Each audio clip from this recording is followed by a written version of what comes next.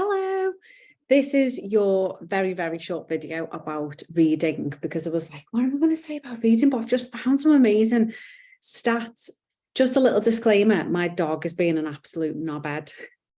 I've left the back door open, but he's in and out like a blue-arsed fly, as my nan used to say. So I absolutely love reading. I just can't get enough of it. I'm a manifestor generator, so sometimes I'll just pick up a book and I'll open it and I'll just read a couple of pages and that's all I need.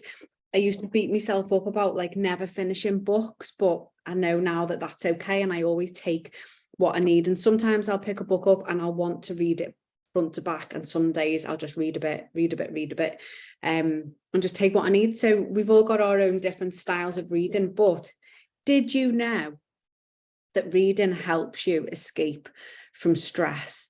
And this can feel really hard because sometimes when you're all in your head, the last thing that you can concentrate on is trying to read a book. So if you can, do a little bit of breath work first. If you haven't watched the breathwork section, go and watch the breathwork section. Super, super easy breathwork tips. But just for now, I'm just going to talk to you about belly breathing. So for 90 seconds, breathing in, feeling into your belly.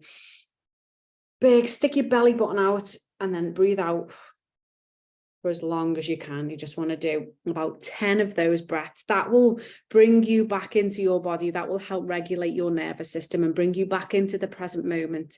If you can say breathing in and breathing out and do that. So now that you're back and you're not like, your head's not whizzing, you're back in your body, pick up a book, any book, but there's this book. If you haven't read this book, I'm just kidding.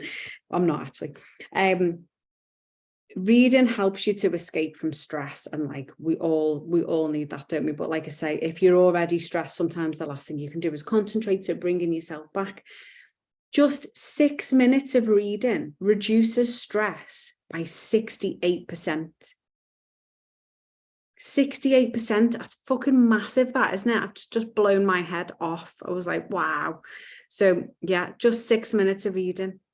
How good is that?